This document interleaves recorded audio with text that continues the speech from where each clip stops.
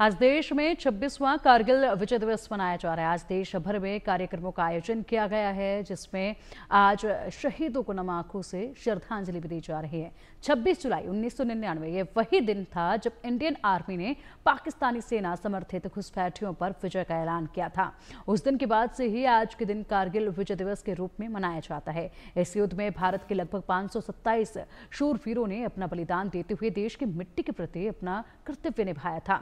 यह दिन न सिर्फ गर्व का है, बल्कि उन सभी शहीदों को भी याद करने का दिन है। और अब इसी पर अधिक कार्यक्रम की जानकारी के लिए हमारे साथ हमारे सहयोगी मनोज जी जुड़ गए हैं। Manoj ji, over to you.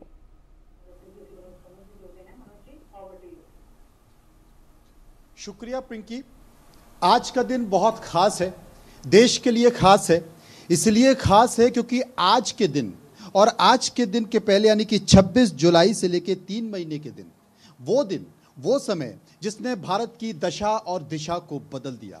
ये समय इसलिए महत्वपूर्ण है और इसे इसलिए याद किया जाना चाहिए, इस दिन के हर पल पर इसलिए चर्चा होनी चाहिए क्योंकि भारत के लिए ये बहुत महत्वपूर्ण पल है। एक छोटी सी कहानी, 26 जुलाई जो कि कारगिल विजय दिवस के तौर पर मनाया जाता है, इसकी बड़ी लंबी कहानी है। देश के तमाम लोगों की शहादत है, देश के लोगों का खून और पसीना इससे जुड़ा हुआ है, देश का शौर्य इससे जुड़ा हुआ है, देश की आन बान और अखंडता इससे जुड़ी हुई है। आज इसलिए हम विस्तार से चर्चा करेंगे, समझने की कोशिश करेंगे और ये बताएंगे कि आखिर क्या कुछ कहता है। के सिन्हा साहब जो कि मेजर जनरल रिटायर रहे, वो खुद गवाह रहे इन पलों के, इस लड़ाई के, इस युद्ध के। उन्होंने अपनी आंखों से देखा है, अपने हाथों से दुश्मन से लड़ाई लड़ी है, अपनी बंदूक से गोलियां चलाई हैं, अपने साथियों को बचाया है और अपने साथियों को लहूलुहान होते देखा है, शहीद होते देखा है। देश के लोगों को, देश के युवाओं को, देश को यह जानना चाहिए कि यह देश ऐसे ही नहीं बना है। आज अगर हम सुरक्षित हैं, हमारे देश की सीमाएं सुरक्षित हैं, तो इसके पीछे बड़ा कारण है। न जाने कितने लोगों का खून है जो सीमाओं पर बहा है, इसलिए हम सुकून से सो सकते हैं। एक छोटी सी कहानी, कुछ लाइन की मैं बताऊंगा, उसके साथ मैं चर्चा करूंगा के सिन्हा साहब से। मेरे साथ तमाम लोग बैठे हुए हैं, उनसे भी सवाल जवाब समझेंगे, जानेंगे, क्योंकि इस देश का युवा बहुत महत्वपूर्ण है। कुछ चरवाहे जो भारत की सीमा के टाइगर हिल पर पहुंचते हैं और वो देखते हैं कि वर्दी पहने कुछ लोग जो कि पाकिस्तान से आए हैं, उनकी हलचल बढ़ गई है। अचानक से उनकी संख्या बढ़ रही है और पाकिस्तान के वो सैनिक उन चरवाहों को देखते हैं और वो उन्हें बंधक बनाने का सोचते हैं। लेकिन चर्चा होती है कि चरवाही तो हैं, छोड़ देते हैं। वो चरवाहे वापस जाते हैं, वापस जाकर वो सेना के कुछ जवानों को बताते हैं, भारतीय सेना के जवानों को बताते हैं कि साहब टाइगर हिल पर कुछ हो रहा है, टाइगर हिल पर हलचल है, कई सारे सैनिक वहां पर हैं। और उसके बाद जवान वहां पहुंचते हैं तो उनके होश उड़ जाते हैं, क्योंकि पाकिस्तान के सैनिकों की संख्या बढ़ रही होती है, वहां पर हथियारों का जखीरा बढ़ रहा होता है। और यह ठीक तब होता है जब भारत के पूर्व प्रधानमंत्री अटल बिहारी वाजपेयी शांति वार्ता को लेकर बस सेवा के साथ लाहौर पहुंचते हैं, इस उम्मीद के साथ कि दो देशों का भाईचारा बढ़ेगा, दो देशों के साथ शांति बढ़ेगी, क्योंकि 1998 में दोनों देश परमाणु शक्ति संपन्न हो चुके थे। बस सेवा के जरिए शांति की बात बढ़ाई जा रही थी, भाईचारे की बात बढ़ाई जा रही थी, लेकिन पाकिस्तान ने भारत के कंधे पर खंजर घोंप दिया और भारत लहूलुहान हो रहा था। पूर्व प्रधानमंत्री अटल बिहारी वाजपेयी ने फोन लगाया और उस समय के प्रधानमंत्री पाकिस्तान के शाहनवाज शरीफ को पूछा कि जनाब आपने ये क्या कर दिया। एक तरफ आप भाईचारे की बात करते हैं, शांति की बात करते हैं, और आप हमारे पीठ में खंजर घोंपते हैं, आप भारत की सीमाओं पर कब्जा करते हैं, आप अपने सैनिकों को जखीरे के साथ पहुंचाते हैं। नवाज शरीफ अवाक रह गए, नवाज शरीफ को पता नहीं था। वो कहते हैं कि अटल जी मुझे तो पता ही नहीं है कि ये क्या हो रहा है, मुझे नहीं पता कि पाकिस्तान की सेना टाइगर हिल पर पहुंच चुकी है। अटल बिहारी वाजपेयी कहते हैं कि जो हुआ वो ठीक है, लेकिन मैं आपकी किसी से बात कराना चाहता हूं। उन्होंने वो फोन उस वक्त के अभिनेता दिलीप कुमार को दिया और दिलीप कुमार ने नवाज शरीफ से कहा कि मियां बहुत गलत कर दिया आपने, बड़ी मुश्किल से शांति वार्ता की बात हो रही थी, बड़ी मुश्किल से भाईचारे की बात हो रही थी, लेकिन आपने भारत के पीठ में खंजर घोंप दिया। और पाकिस्तान हमेशा यही करता है। आपको नहीं पता कि जब भी आप ये करते हो, देश के अंदर, भारत के अंदर रहने वाले मुसलमानों के ऊपर क्या बीतती है। लेकिन जो कर दिया वो कर दिया, अब आप भोगोगे।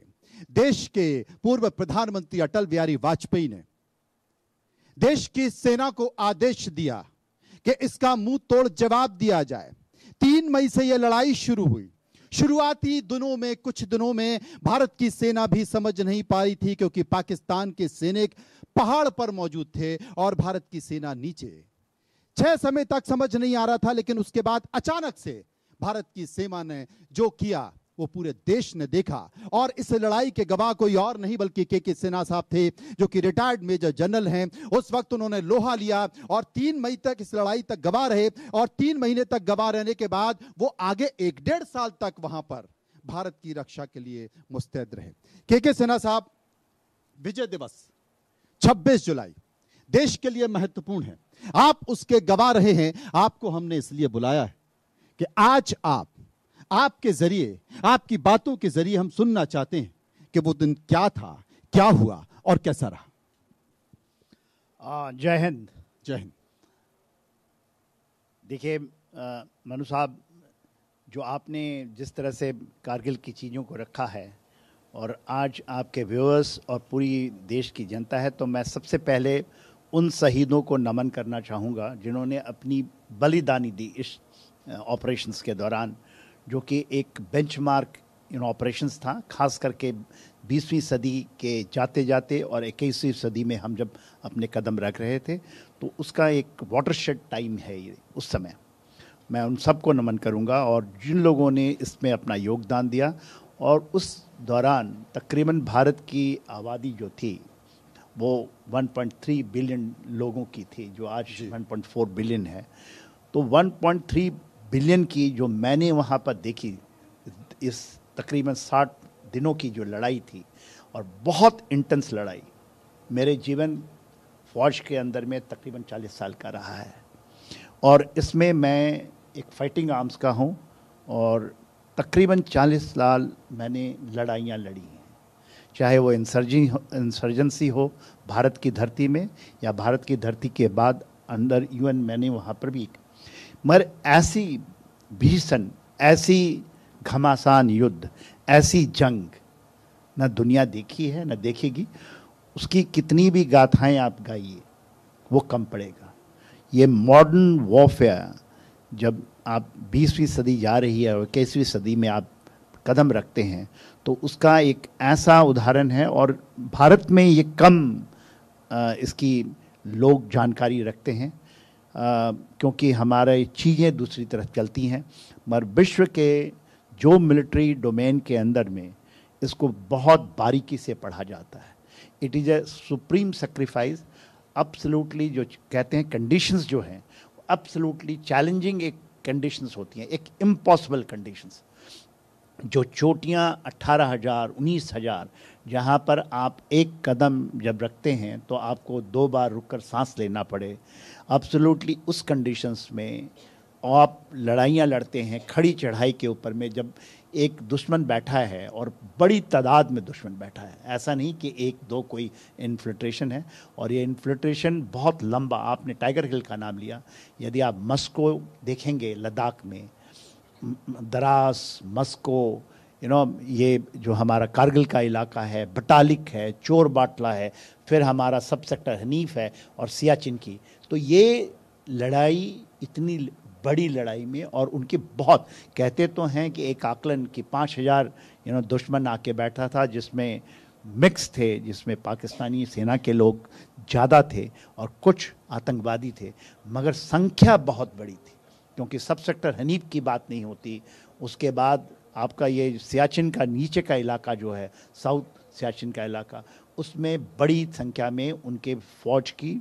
तो एक और वो उन चोटियों में पहुंच चुके थे जहां पर आप केवल पत्थरों से भी मारें तो आपको किसी चीज़ की ज़रूरत नहीं है, कोई उस पर चढ़ नहीं सकता। हम बात करते हैं जब सारागढ़ी की बात करते हैं, हम बात करते हैं तो हम शिवाजी की जो ऑपरेशंस हुए हैं उन हिलों की बात करते हैं। हम उनको समझते हैं कि वो एक बहुत कठिन युद्ध होगा, ये इम्पॉसिबल। और दुनिया में मैं लड़ाई के बाद भी मैं दूसरे देश में गया था, देश की आर्मी और हमें भेजी गई थी सरकार के द्वारा। जब हम लोगों ने इसको केवल बताया, जो लोग सामरिक चीज़ों को समझते हैं, तो उन्होंने कहा ये इट इज़ इम्पॉसिबल, कर ही नहीं सकता कोई। इतनी किसी के पास हिम्मत, इतनी आप, क्योंकि आप उस कंडीशंस में करते हैं कि आपके पास 0% सक्सेस का चांस है। आप सोचिए, जब आपके पास यदि 0.1% भी चांस होता है तो आप उसको कर सकते हैं। तो इसको जब आकलन किया जाता है एक्चुअल मिलिट्री डोमेन में, तो आपके पास जो रेट ऑफ सक्सेस की जब आप प्रोबेबिलिटी निकालते हैं तो 0%, कि आप कर ही नहीं सकते। वाकई बहुत टफ था। और इसलिए चूंकि आपने अपनी आंखों से देखा, आपने सामने समझा, आपकी आंखों के जरिए, उस समय की तस्वीरों के जरिए, उस समय के घटनाक्रम के जरिए हम चाहते हैं कि देश को यह पता चले। जब गोलीबारी शुरू हो चुकी थी, गोलियां चल रही थी, 3 मई को युद्ध शुरू हो चुका था, उस समय सेना हमारी नीचे थी और पाकिस्तान के सैनिक भारत पर भारी पड़ रहे थे। लेकिन यह हुआ कि वायुसेना को फिर इसमें इन्वॉल्व किया गया। आप उस वक्त कहां थे? आप क्या तैयारी कर रहे थे और आपको यह सूचना कहां मिली और आप फिर कैसे गए, वहां पहुंचे तो आपने क्या देखा? ये कहानी लंबी है, मगर मैं इसको शॉर्ट में कहूंगा। जब ये कारगिल का वॉर शुरू हुआ था तो मैं दिल्ली में ही, दिल्ली के अंदर मैं एक बटालियन का कमांड कर रहा था, एज ए कर्नल था मैं। और मैं यहाँ पर 14 सिख बटालियन दिल्ली के महिपालपुर में आपके वहाँ पर मैं कमांड कर रहा था। और दिल्ली में जो इन्फेंट्री बटालियन, क्योंकि इन्फेंट्री बटालियन है, उसका जो रोल होता है, और हम वेस्टर्न कमांड के तहत थे, वेस्टर्न कमांड का हिस्सा होकर के, जो कि प्लेन की लड़ाई, टैंकों की लड़ाई के साथ लड़ते हैं। मगर दिल्ली में हमारी जो ये होती है, एक ड्यूटीज़ दिल्ली का अलग है। जब हमारे आपके काफ़ी छोटे छोटे बटालियन के टुकड़ियाँ देश के दिल्ली के अंदर में, वहाँ पर वो अपनी ड्यूटी डालते हैं। आर्मी हेडक्वार्टर, जो आप राष्ट्रपति भवन है, प्रधान, जो इन इलाकों में रहते हैं। तो ये हमें मैसेज मिला, मुझे मिला, आदेश आया कि हमारी बटालियन एयरलिफ्ट होगी। एयरलिफ्ट मतलब पूरी बटालियन को एयरलिफ्ट किया जाएगा। और तो हमने, शाम को समय आया, ये 3 तारीख की बात है, कि जब ये पता लगा कि दुश्मन वहाँ है। और उसका एक बड़ा कारण था, जो वहाँ के जनरल ऑफिसर कमांडिंग है, 3 डिवीज़न जो वहाँ पर थी, मैं उसका बीएम रहा था। तो वो बटालियन, उन्होंने एक कहा था कि हमें ये बटालियन, ये ऑफिसर चाहिए, ये हमें यूनिट चाहिए। तो हमें हुक्म आया और हम नेक्स्ट डे मॉर्निंग 3 तारीख को, तो पहला सबसे बड़ा चैलेंज होता है पूरी बटालियन को इकट्ठा करना लड़ाई के लिए। आप पीस में हैं, पीस कंडीशंस में हैं, और उससे सीधा वॉर में जाना है। तो ये एक बहुत बड़ा चैलेंज होता है। ऐसा नहीं होता, वॉर की प्रिपरेशंस यदि होती है तो बहुत होती है, और स्पेशली जब आप जंग लड़ना चाहते हैं, सुपर हाई एल्टीट्यूड है, बहुत ऊंचे इलाके में जहां ऑक्सीजन की कमी है, विपरीत सब चीज़ हैं, और आपको पता है कि ये चीज़ें हैं, क्योंकि हम उन चीज़ों को। और फिर हमारी बटालियन नेक्स्ट डे पूरी एयरलिफ्ट होती है, IL-76 से, दिल्ली से। पूरे कारगिल वॉर में करीब कितने सैनिक थे? हमारे एक बटालियन में तकरीबन 1200 सैनिक होते हैं। अच्छा। तो और तकरीबन जो इफेक्टिव होते हैं आपके 900, कुछ छुट्टियां तो में सारे 900 वहां पहुंच गए। हमारी यहाँ जो 4 बेसिकली जो फाइटिंग कंपनीज होती हैं, कंपनी कहते हैं, बटालियन का 4 कंपनियां होती हैं, और वो 4 कंपनियों को ही हमें एयरलिफ्ट। और सोचिए, ये एक बहुत बड़ा एयरलिफ्ट होता है, ऐसा नहीं कि एक एयरक्राफ्ट में आप पहुंच जाएंगे। IL-76 गजराज कहते हैं जो हमारी, और उसमें तकरीबन 300 लोग एक साथ में लिफ्ट होते हैं। कंप्लीट वेपन सिस्टम, पूरे रशद, पूरी चीज़ें आप लेके जाएंगे। फिर आप वहाँ पहुँच गए? हाँ, हम पहुँचे, हम 5 तारीख को वहाँ पहुँचे। हमारी पूरी बटालियन इकट्ठी हुई, और मेरे को उन्होंने सीधा कारगिल में हेलीकॉप्टर से बुलाया। जिस दिन मैं कारगिल में 5 तारीख की बात है, जब हम हेलीकॉप्टर से जा रहे थे और पायलट आया, तो मैंने उनसे पूछा कि अभी बटालियन आई है, हमें एक्लेमेटाइजेशन करना है। एक्लेमेटाइजेशन का मतलब है, जब हाई एल्टीट्यूड में लड़ाइयाँ लड़ते हैं तो तकरीबन आपको 15 दिन के लिए एक्लेमेटाइज होना है कि हम, तो हर एक स्टेज में एक्लेमेटाइजेशन होती है। यदि आप 900 में 9000 में लड़ रहे हैं, 12000 में लड़ रहे हैं, 13000 में, 18000, तो आपको उस तरह का हर स्टेज में एक्लेमेटाइजेशन करनी पड़ती है। अदरवाइज आपके मुंह से खून की धाराएं निकलेंगी। आप एक्लेमेटाइज नहीं है तो आप एक कदम नहीं चल सकते। तो उन्होंने कहा कि नहीं, आपको जनरल ऑफिसर कमांडिंग है, उन्होंने इमीडिएटली बुलाया है। तो हम जब हेलीकॉप्टर से जा रहे थे, क्योंकि वो छोटा Mi-4 होता है, 4 सीटर होता है, तो जैसे हम कारगिल के ऊपर पहुंचे होंगे, लेह से कारगिल की तरफ, तो नीचे एम्यूनेशन डम था कारगिल, वो फट रहा था, जल रहा था, बहुत ज़्यादा उसके अंदर में पाकिस्तान के गोले गिरे थे और वो सैबोटाज एक्शन था। हमारा गोला बारूद वहां पड़ा हुआ था, पाकिस्तान बमबारी कर रहा था, जिसके कारण वो जल रहा था, पूरा जल रहा था। जब मैंने पायलट से पूछा कि ये क्या हो रहा है, बोला सर एम्यूनेशन डम फिट हो चुका है और हमारा वो बड़ा स्ट्रेटेजिक इंपॉर्टेंट है कारगिल के इलाके का। Any how I cut short. मैं जब पहुंचा तो मुझे जनरल जो कमांडिंग थे जनरल बुधवार, मेजर जनरल बुधवार, मैं सीओ था, मैं उनका बीएम रहा हूं, मैंने ब्रिगेड मेजर, जब वो ब्रिगेड कमांड कर रहे थे तो मैंने उनका मेजर स्टाफ ऑफिसर था, तो हमारी उनसे थी। उन्होंने कहा कि समय बिताने का समय नहीं है, मैं आपको हेलीकॉप्टर में ही दिखाऊंगा, ऊपर में कहाँ। तो मैंने कहा ठीक है आप, और उन्होंने कहा कि आप हमें क्या करना है। मैंने उनसे पूछा कि हमारा क्या रोल रहेगा, क्योंकि मेरी बटालियन तो उधर थी लेह में। तो उन्होंने कहा कि आप बताइए कि क्या। हमने कहा जो आपको मर्जी है, जहाँ पर आप इन्वॉल्व करना चाहते हैं वहाँ हमारी बटालियन इन्वॉल्व होगी, मगर हमें केवल आपसे उम्मीद है कि हमें 3 दिन का समय ज़रूर देंगे, क्योंकि हम इसी बीच में एक्लेमेटाइजेशन कर ले, जो तकरीबन प्रोसेस है 15-16 दिन 25 दिन का, उसको कट करके हम 3 दिन, जिससे कि हम कैजुअल्टी ना लें। उन्होंने कहा कि हो जाएगा, क्योंकि जब आप आएंगे, और उन्होंने मुझे लेके गया तो उन्होंने मुझे मस्को, बहुत दूर है ये मस्को, दरास, कारगिल और बटालिक से होते हुए और सैचिन के जो साउथ सैचिन है उस इलाके में दिखाया। इन सारे पीक के अंदर में दुश्मन बैठे थे, क्योंकि सारी जगह, इन जगहों में और कुछ जगह दुश्मन चढ़ रहे थे। तो उन्होंने मुझसे पूछा कि आपने देखी है हालत, और क्योंकि जनरल ऑफिसर कमांडिंग खुद मेरे साथ आकर के दिखा रहे थे, तो उन्होंने उनकी टाइम बहुत प्रेशियस, क्योंकि लड़ाई की पूरी दारमदार उनके ऊपर होता था। 3 डिव के GOC साहब थे। उन्होंने कहा कि आप वापस जाना चाहेंगे। उन्होंने मुझे सजेशन किया, हेलीकॉप्टर्स में 4 होती है, 2 पायलट्स होते हैं, एक मैं बैठा हूँ, यहाँ जनरल ऑफिसर कमांडिंग बैठे हैं, और हमारी बात एयरफोन से होती है। मैंने कहा कि सर मुझे आप कहीं इस जगह पे यदि आप ड्रॉप कर देंगे, सोचिए मैं दिल्ली से आया हूँ, दिल्ली से वहाँ पहुँचा हूँ, और कारगिल की, क्योंकि जो आप पैदल या आप गाड़ियों में आएंगे तो वहाँ 4-4 दिन, लेह से वहाँ 4 दिन लगता है।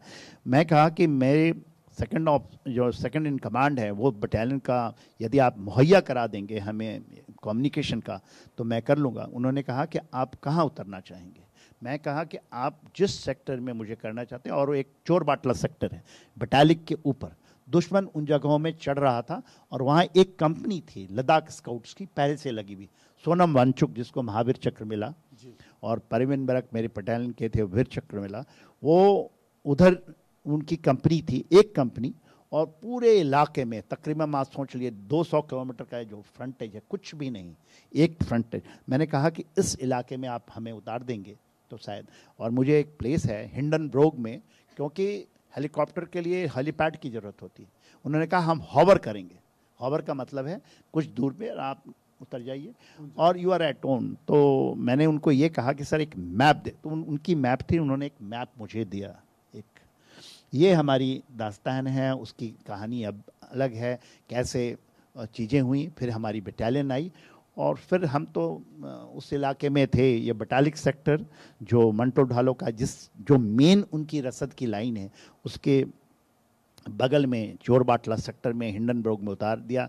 हमारी बल्टन आई, उसकी कहानी अलग है, और हमने पाकिस्तान के अंदर जा कर के हमने लड़ाई लड़ी है। आप पाकिस्तान के अंदर गए? हाँ, हमारी बटालियन की ज़्यादातर लड़ाई जो है वो 5310, मगर ये याद दिला दूँ उस समय हुक्म था कि आप जो हमारा लाइन ऑफ एक्चुअल कंट्रोल है, लाइन ऑफ एलओसी के उस तरफ एक कदम नहीं रख सकते। ये हमने इसकी बाद में बातचीत करेंगे क्यों ऐसा आदेश हमें दिया गया है। मतलब वो कुछ भी करेंगे लेकिन हम एक कदम आगे नहीं रहेंगे, ऐसा क्यों? हम सीमा के उस पार जो भी हमारी सीमा है एक कदम नहीं रखेंगे। ये हमारे को ऊपर से ये डायरेक्शन था, मिलिट्री डायरेक्शंस, और इसकी डायरेक्शंस ऊपर से आई थी पाकिस्तान। और ये चीज़ पे बात इसलिए मैं कह रहा हूँ, ये होनी चाहिए कि पाकिस्तान उस समय 98 में, इन बच्चों को पता, हमने वी बिकेम न्यूक्लियर पावर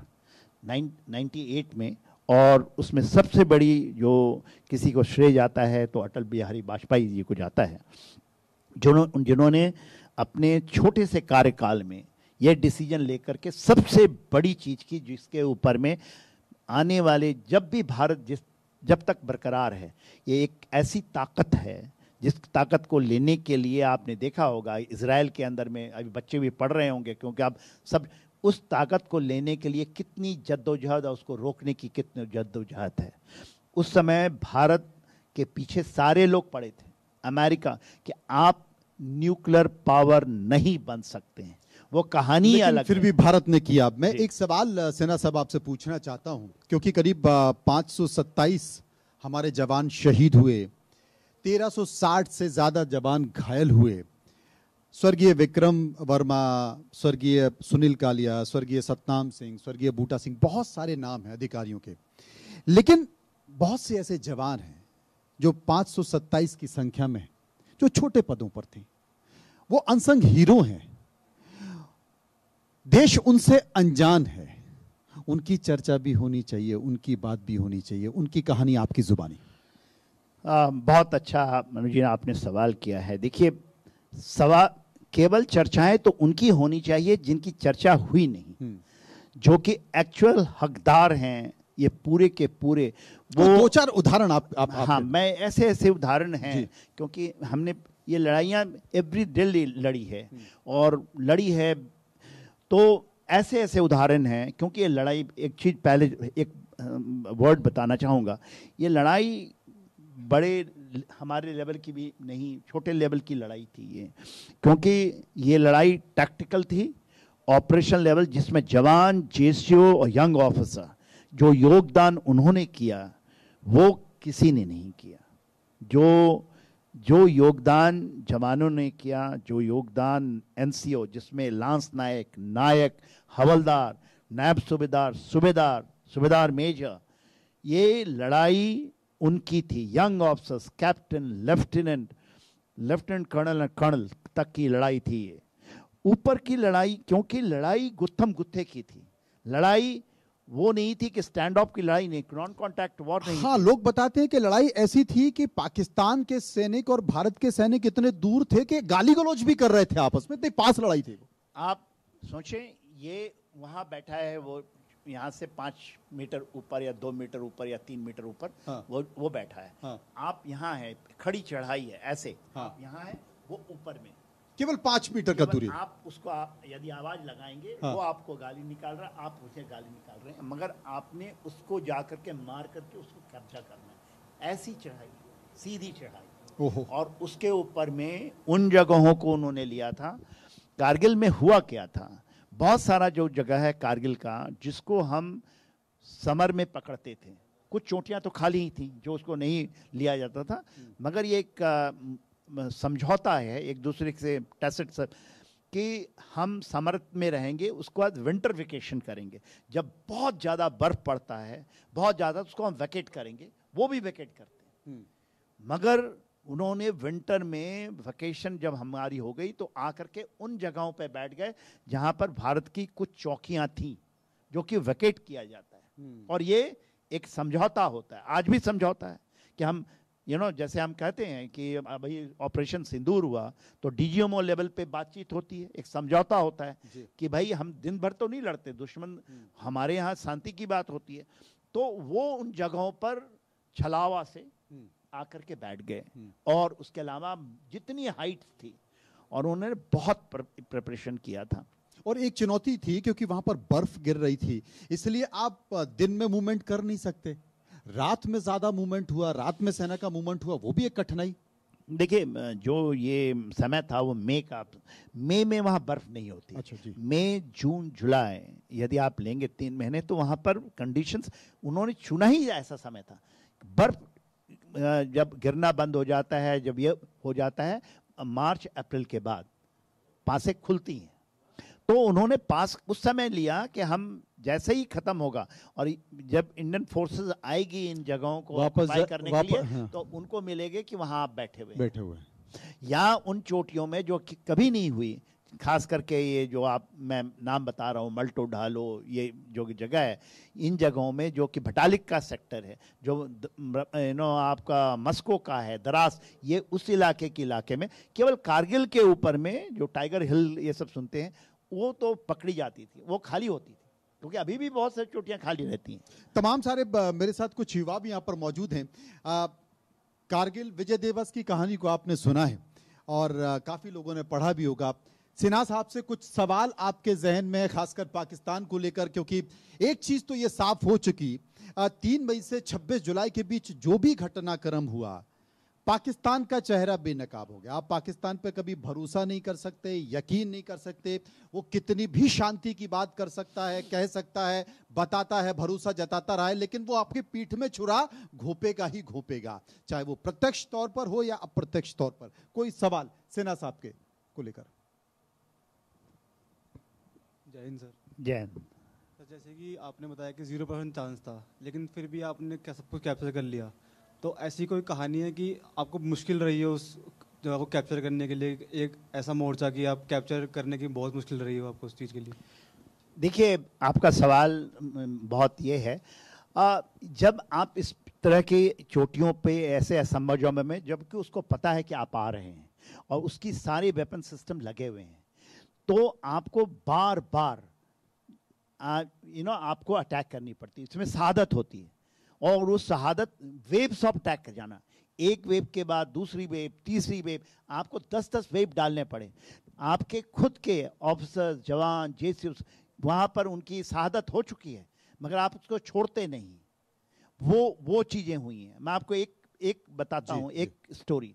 हमारे मेरे बटालियन के एक जवान, वो अभी तो हवलदार हो करके उसको सेना मेडल मिला और उसने बहुत, मगर वो जवान एक छोटी थी 5620 मीटर्स, जो मैं तो तकरीबन 18-19 हजार फीट की बात कर रहा हूँ, एक छोटी है 562। वो जवान एक सरदार है, वो, हाँ, रघुवीर सिंह नाम, वो अभी आंखों का अंधा है क्योंकि उसको गोलियां लगी थी, अभी है वो, मगर आंखों में गोलियां लगी? जी हाँ, उसको आंखों में। और वो अकेला वो अपने पगड़ी को खोल करके पत्थरों में बांध करके एक एलएमजी को लेकर के और उस चोटी पे पहुंचा 5630 पे, और तकरीबन 7 दिन तक अकेला, जितने भी उसके पास उसने अम्युनिशन लेके गया था, उसको चोटी को पकड़ा रहा। और उसके बाद खैर मैं भी उसके पास पहुंचा, मगर 7 दिन तक वो अकेला आदमी बिना खाए पिए हुए, वो होती है एक डिटर्मिनेशन, ये वो होती है। गोलियां चल रही हैं, उसके पास केवल एक एलएमजी और 5 उसके मैगजीन में जो राउंड होते हैं, यही एक थोड़े कुछ होंगे शकरपारी या, मगर 5 दिन तक उस लड़के ने अकेला। तो ये ऐसी कहानियां हैं। उसको भले ही परमवीर चक्र से भी ऊंचे की उसकी दास्तानें, मगर इसमें वॉर में 4 परमवीर चक्र मिले हैं, सबसे ज्यादा महावीर चक्र मिला है। अब किसको दिया जाए? ये एक बड़ा संकट है। कहानियां हैं। जोरदार एक बार तालियां सभी के लिए होनी चाहिए, भारतीय जवानों के लिए तालियां होनी चाहिए, कारगिल युद्ध में लड़ने वाले हर जवान के लिए, हर अधिकारी के लिए तालियां होनी चाहिए।